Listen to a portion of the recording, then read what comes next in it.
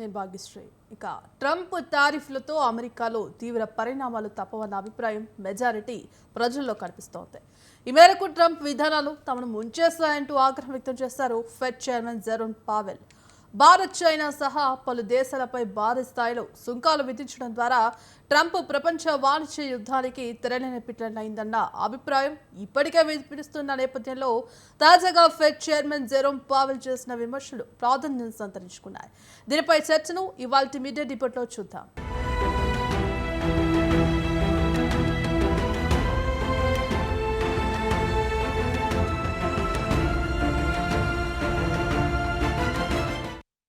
ఇవాల్టి మీడియా డిబేట్లో ఇదే అంశంపై చర్చించడానికి పొలిటికల్ అనలిస్ట్, ప్రముఖ విశ్లేషకులు పుల్లారావు గారు, అలాగే పొలిటికల్ అనలిస్ట్ రాజేష్ కుమార్ గారు ఉన్నారు. రాజేష్ గారు నమస్తే అండి. పుల్లారావు గారు నమస్తే అండి. రాజేష్ గారు, ముఖ్యంగా ఇవాళ భారత్, చైనా సహా పలు దేశాలపై కూడా భారీ స్థాయిలో సుంకాలతో అంటే ప్రపంచ వాణిజ్య యుద్ధానికి అమెరికా అధ్యక్షుడు డొనాల్డ్ ట్రంప్ తెరలేపారంటూ కూడా పలు విమర్శలు అయితే వ్యక్తమవుతున్నాయి. మరి దీన్ని ఏ విధంగా చూడొచ్చు? మీరు ఇప్పుడు ఒక వర్డ్ అన్నారు, ప్రపంచ వాణిజ్య అనే యుద్ధానికి తెరలేపాలనుకుంటున్నారు. కానీ ట్రంప్ ఇదే దూకుడుతో ముందుకెళ్తే అమెరికా ఆర్థిక సంక్షోభం కూడా దగ్గరలో, అంటే వీ కెన్ అనాలిసిస్ పొలిటికల్గా కానీ ఎకనామికల్గా కానీ అమెరికా ఇంతవరకు మన స్విట్జర్లాండ్ ఆర్థిక సంక్షోభం చూసాము, కొన్ని దేశాల ఆర్థిక, శ్రీలంక ఆర్థిక సంక్షోభం, జింబాంబే. ఇప్పుడు త్వరలో అమెరికా ఆర్థిక సంక్షోభం కూడా రాగలుగుతుంది, అంటే వచ్చే అవకాశాలు కనిపిస్తున్నాయి. ఎందుకంటే total after liberalization, privatization, globalization policies తర్వాత everything economy almost all service సెక్టార్లో మన ఎకానమిక్ గ్రోత్ కానీ చూస్తున్నాం. దాని తర్వాత ఇండస్ట్రియల్ సెక్టర్, దాని తర్వాత అగ్రికల్చర్. కమింగ్ టు అగ్రికల్చర్ ఇండస్ట్రీలో కూడా అమెరికా ఉద్దేశం ఏంటంటే అగ్రికల్చర్లో ఒక అంటే అప్డేటెడ్ అగ్రికల్చర్ అమెరికా చేస్తుంది. కమింగ్ టు ఇండస్ట్రియలిస్ట్ వచ్చేసి దాని ప్రొడక్షను, అంటే కోర్ కంపెనీస్ వ్యవస్థాపకత అమెరికాలో ఉంటే దాని మ్యానుఫ్యాక్చర్ మాత్రము other developing nations like India, BRICS, Brazil, Russia, India, China, different South Africa, ఈ కంట్రీస్లో ఉన్నాయి. ఎప్పుడైతే ట్రంప్ అనే వ్యక్తి, అమెరికా అధ్యక్షుడు, ఇతర దేశాలపై సుంకాలపై టారిఫ్లు వేరీ చేస్తుంటే వీళ్ళ యొక్క మ్యానుఫ్యాక్చర్ కూడా దెబ్బతింటుంది. ఆ మ్యానుఫ్యాక్చర్ దెబ్బతిన్న తర్వాత ఈచ్ అండ్ ఎవ్రీ కంట్రీకి ఎక్స్పోర్ట్ ఇంపోర్ట్ కూడా దెబ్బతింటుంది. అవి కంప్లీట్గా వచ్చి సర్వీస్ సెక్టర్ మీద కూడా పడతాయి. ఎందుకంటే ఇండస్ట్రియల్ సెక్టర్లో ఎంప్లాయ్మెంట్ ఎఫెక్ట్ అయినప్పుడు సర్వీస్ సెక్టర్లో కూడా దాని ఎఫెక్టివ్ అవుతుంది.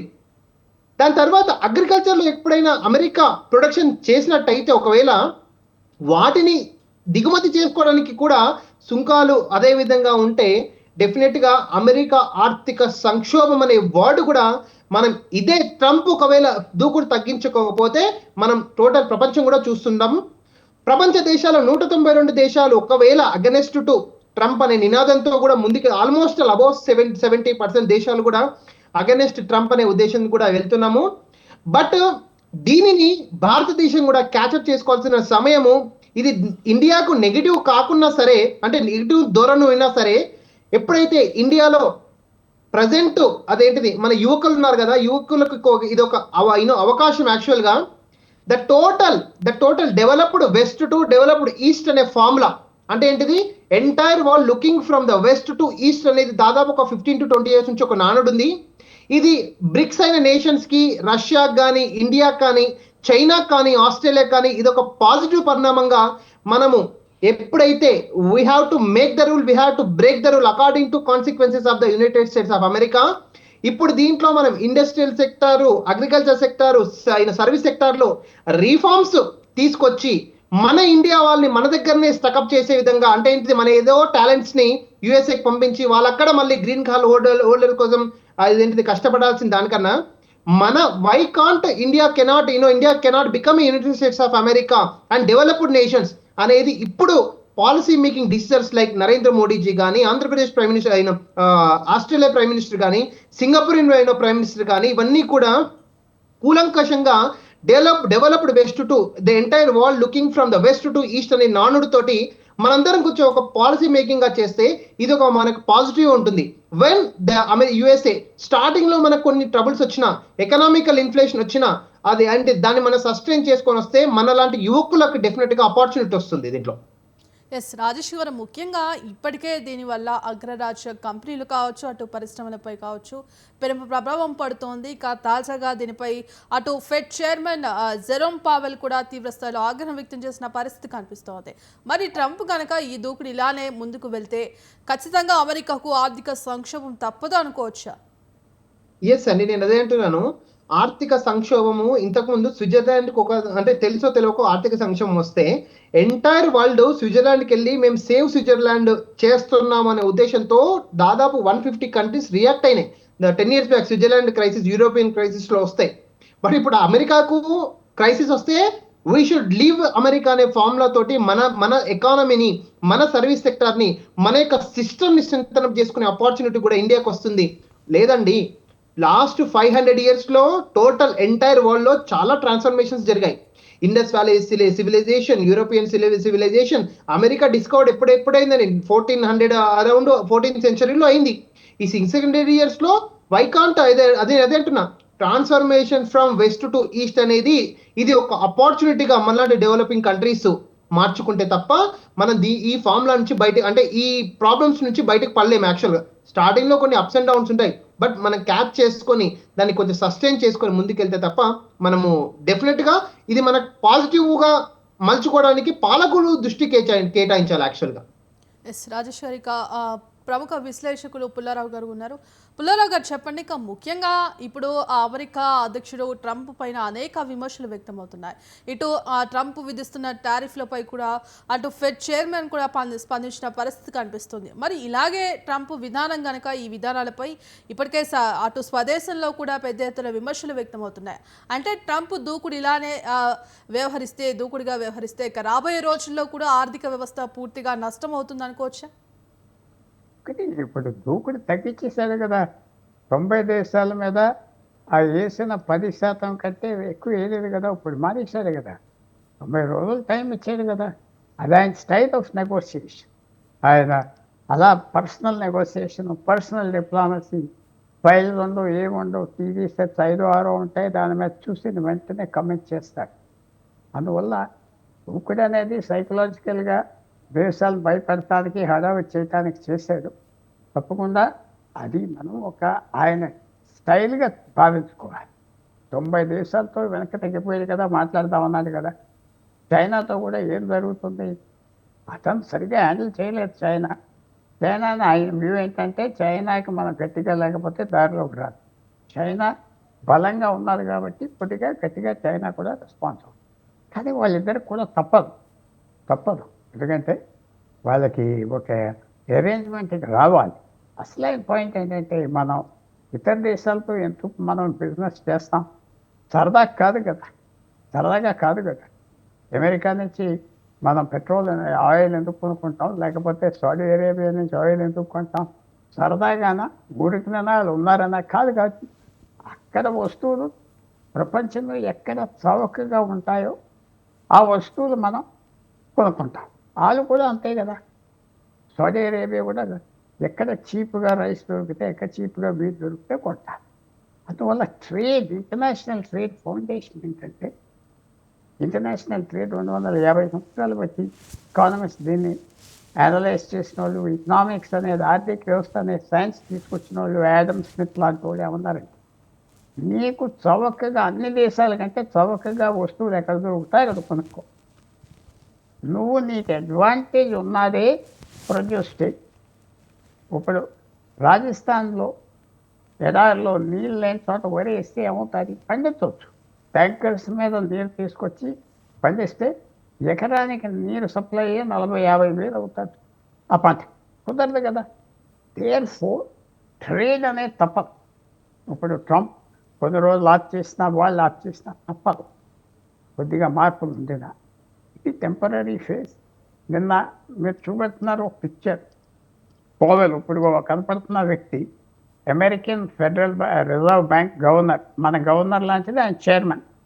ఆయన ఏమన్నాడు నిన్న, ధరలు పెరుగుతాయి, ఇలా కంటిన్యూ అవుతాయి టెన్షన్, అమెరికాలో కొన్ని ఉద్యోగాలు పోతాయి, కానీ అమెరికన్ ఆర్థిక వ్యవస్థ ఇప్పుడు చాలా బలంగా ఉన్నది అన్నాడు కూడా. సో ఇది ఏమిటి అర్థానికి వచ్చేదంటే, ఈ ట్రంప్ స్టైల్ ఆఫ్ నెగోసియేషన్ అది మనం కొద్దిగా అడ్జస్ట్ అవ్వాలి. అది తప్పదు, ఎందుకంటే వాళ్ళు డిమాండ్ చేస్తున్నారు కాబట్టి అగ్ర రాజ్యం ప్రస్తుతం, అందువల్ల అడ్జస్ట్ అయిపోతాం. మనం కూడా చైనా మీద వాళ్ళు డొనాల్డ్ ట్రంప్ ప్రెసిడెంట్గా ఫస్ట్ టైం ఉన్నప్పుడు 2017లో 50%, 100% ట్యాక్స్లు వేసారు.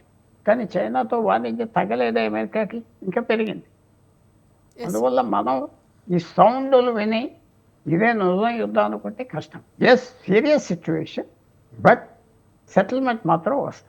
పుల్లారావు గారు, మొత్తానికి చూస్తే మరి తాజాగా అటు America Fed chairman Jerome Powell కూడా తీవ్ర స్థాయిలో విమర్శలు చేసిన పరిస్థితి కనిపిస్తోంది. మరి ఇలాగే దీనివల్ల అటు అగ్రరాజ్యం కంపెనీలు కావచ్చు, ఇటు పరిశ్రమలపైన కూడా పెను ప్రభావం పడుతుంది. మరి ఆయన ఆర్థిక విధానంపై స్వదేశంలోనూ పెద్ద ఎత్తున విమర్శలు వ్యక్తమవుతున్నాయి.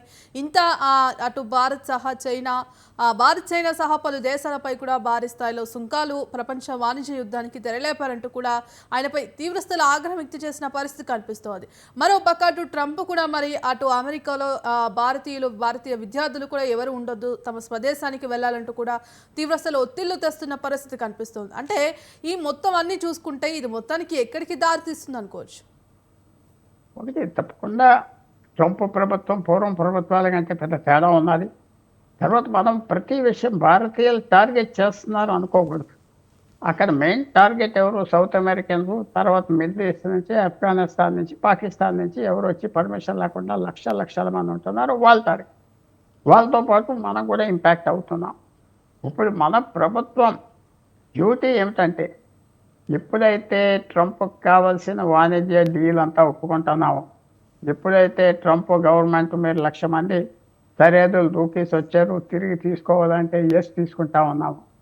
ఇప్పుడు మన స్టూడెంట్స్, మన వ్యవహారం, మన మనుషులు ఎవరైతే లెజిటిమేట్గా ఉన్నారో వాళ్ళ ఇంట్రెస్ట్ ప్రొటెక్ట్ చేయాలి మన ప్రభుత్వం. ఇప్పటి నుంచి మన మోడీ ప్రభుత్వం టేకప్ చేసి చూడు, అమెరికాకి భారతదేశానికి ఇచ్చుకోవటం పుచ్చుకోవటం ఏమున్నది? టెక్నాలజీ తప్ప. మా మనుషులు వచ్చి అక్కడ పనిచేయటం, టెక్నాలజీ అడ్వాన్స్ అవటం, అదే సంబంధం. అది తప్ప మనకి ఏంటి సంబంధం అమెరికాతో? ఏమి సంబంధం లేదు. ఆ లాయర్ కొంటున్నామా? ఆ స్టూడెంట్స్ అక్కడికి వెళ్ళకపోతే ఏమీ అవ్వదు. ఎంతమంది అక్కడికి వెళ్ళి చదవట్లేదే, ఇక్కడ ఉన్న వాళ్ళే ఇక్కడ చదువుకొని ఇక్కడే ఉద్యోగాలు తెచ్చుకుంటున్నారు. సో అందువల్ల మన ప్రభుత్వం ఇంకా స్టెప్ ఏం అవ్వాలి. ఈ విషయంలో అమెరికా న్యాయం చేయకపోతే మన సంబంధాలు బాగు చెప్పాలి. లేకపోతే ఇదేదో లైట్గా చూసుకుందాం, ఆయన ఏమనుకుంటున్నాడు అనుకుంటే ఇది న్యాయం కాదు. మనకి అమెరికాకి మీరు ఆలోచించండి, పెద్ద సంబంధం ఏంటి? విరోధం లేదు, మంచి స్నేహం దేనికి? ఏదో 50,000 మందో 1,00,000 మందో అక్కడికి వెళ్తున్నారు సంవత్సరానికి, మిగతా వాళ్ళలాగా వాళ్ళకి మన దేశం నుంచి ఆ పాలసీ ఉండాలి.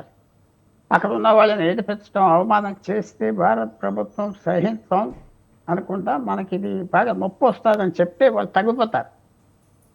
ఆ సమయం వచ్చింది. లేకపోతే దేనికి? నాకు ఇతను ఫ్రెండు, వాడి ఫ్రెండు, వీడు ఫ్రెండు అని మనం పెట్టాం. ఫ్రెండ్షిప్ ఏంటి? అది అధికారంలో ఉన్న ట్రంప్ కాబట్టి మన ఫ్రెండ్, ఇప్పుడు మోడీ గారు అధికారంలో ఉన్నాడు కాబట్టి ఆయన. మన ప్రభుత్వం ఇప్పుడు టేకప్ చేయాలి, క్వైట్గా స్టార్ట్ చేయాలి. ఇలా భారతదేశాన్ని అన్ని దేశాలతో క్లబ్ చేస్తే కష్టం. మేము టెక్నాలజీ మీద కాంట్రిబ్యూట్ చేస్తున్నాం, ఆలోచించుకోవడానికి ఇన్సిస్ట్ చేయాలి. ఇన్సిస్ట్ చేస్తే న్యాయం వస్తుంది. భారతదేశం నుంచి వెళ్ళిన వాళ్ళు లేబర్గా వెళ్ళలేదు. మెక్సికో, వెనజువేలా, బ్రెజిల్ అందరూ లేబర్గా వెళ్ళారు. హోటల్స్లో పనిచేస్తారు, ఎక్కువ హౌస్ కీపింగ్లో పనిచేస్తారు, కేర్ గివర్స్గా పనిచేస్తారు. భారతీయులు టెక్నాలజీకి వెళ్ళారు ఉద్యోగాలు. సో వాళ్ళ స్థితి వేరు. అది మాత్రం మనం స్ట్రెస్ చేసే సమయం వచ్చింది. అంటే మనకు సంబంధం ఏంటి? పెద్ద వీళ్ళతో ఏంటి? మనకి ఏమున్నది వాళ్ళతో? డబ్బు ఇస్తున్నాం, ఆయుధాలు అమ్ముతున్నారు అంతే. డబ్బు ఇవ్వకపోతే అమ్మరు. మనం బాగా పెరుగుతున్నాం, కొన్ని విషయాల్లో వాళ్ళ సామాను కొనుక్కోగలం, మర్యాదగా ఉన్నది దేశం. వాళ్ళకి వ్యతిరేకం కాదు, అమెరికాకు వ్యతిరేకం కాదు. సో ఇవన్నీ కలిసి వస్తున్నాయి కాబట్టి మనం ఇన్సిస్ట్ చేయాలి. ఇది మాకు కోర్ ఇంట్రెస్ట్.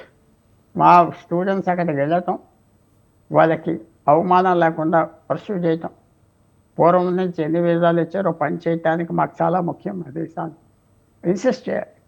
లేకపోతే మొహమాటం లేదు, నేను చేస్తారని నేను అనుకుంటాను.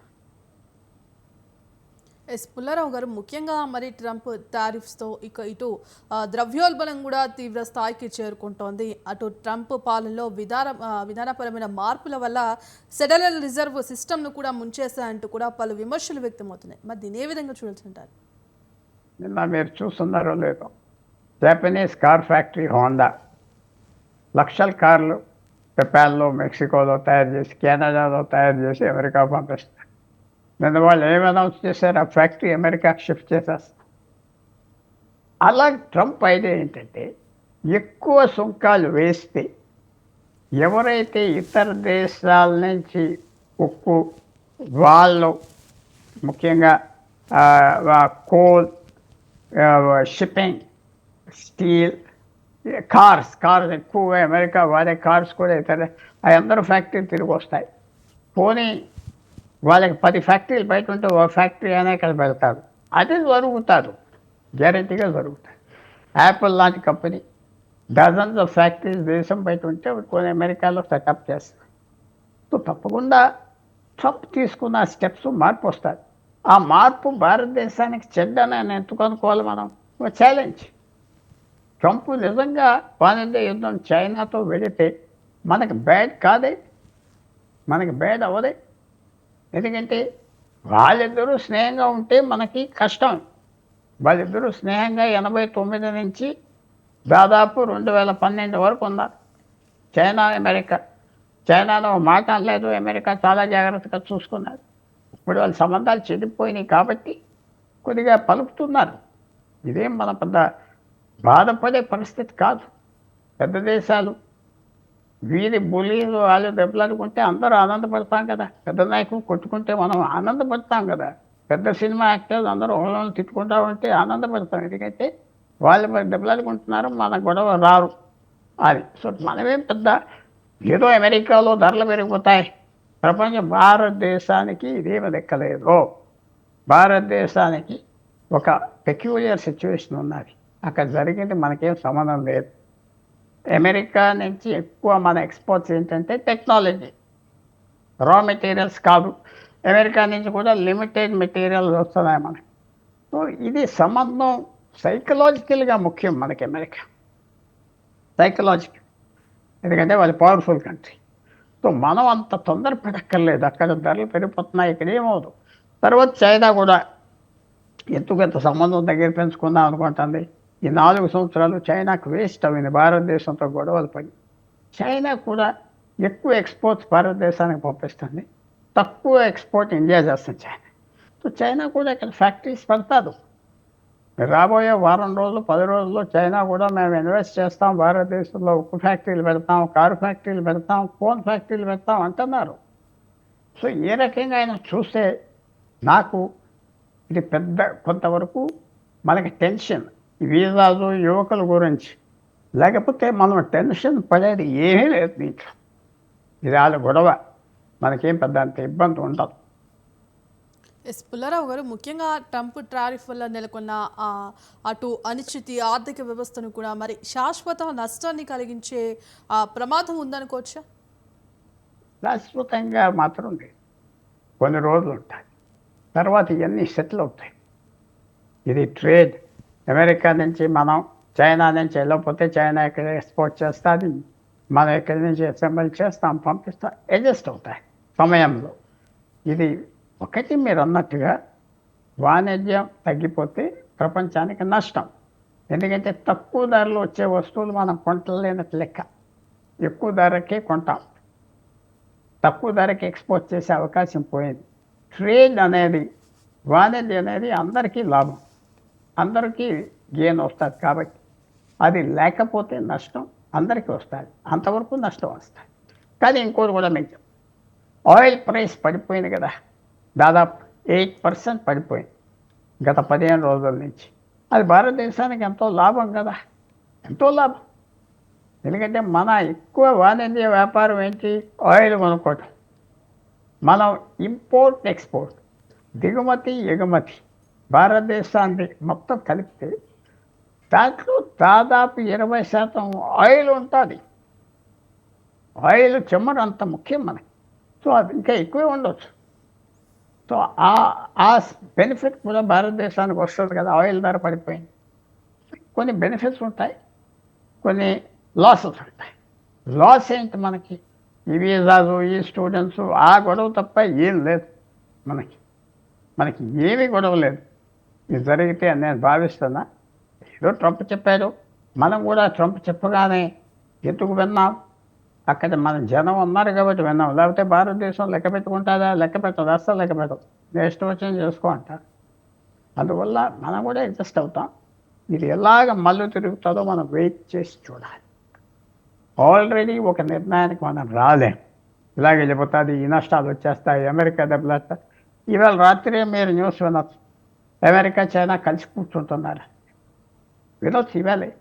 ఆ సిచ్యువేషన్ వచ్చింది అక్కడ. అందువల్ల ఆ ఇద్దరు కలిసి కూర్చున్నారంటే యుద్ధం లేదు, ఏం లేదు. అది కూర్చోవడం తప్పదు.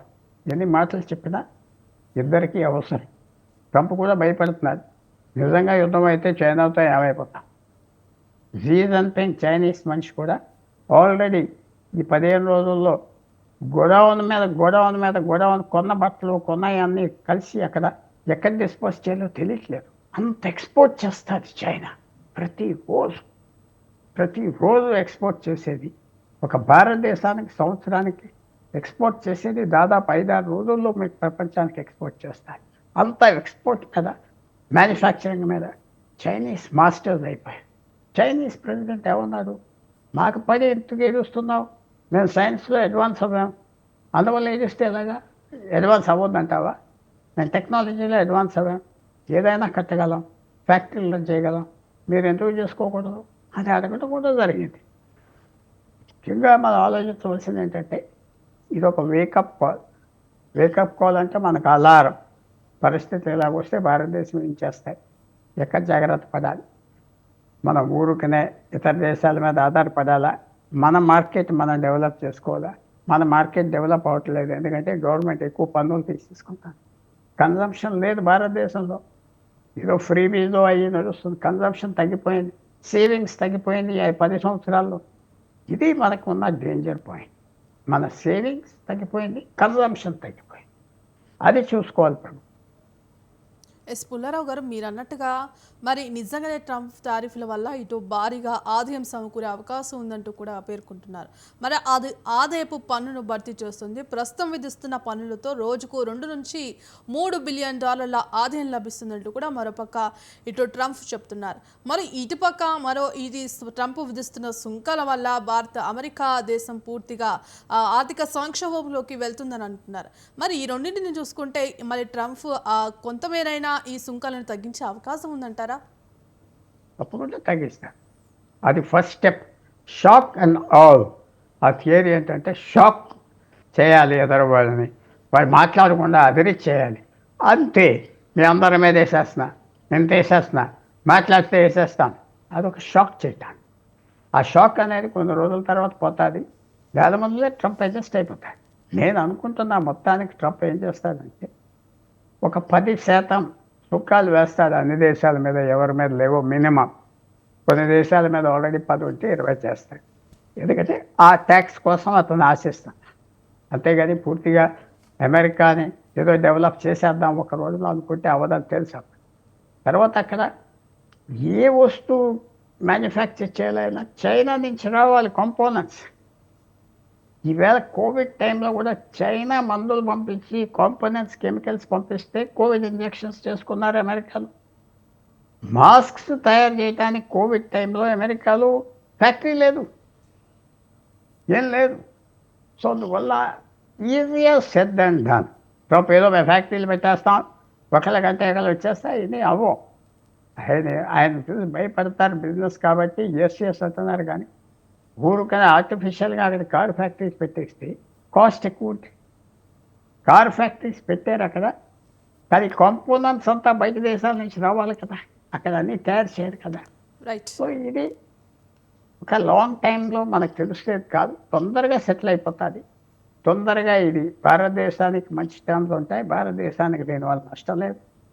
చైనా అమెరికా ఎంత గొడవ చేసినా ఇద్దరికీ తప్పదు సెటిల్మెంట్. రైట్, థ్యాంక్ యూ అండి పుల్లారావు గారు మీ డిబేట్లో పాల్గొనేందుకు. అలాగే రాజేష్ కుమార్ గారు కూడా థ్యాంక్ యూ అండి.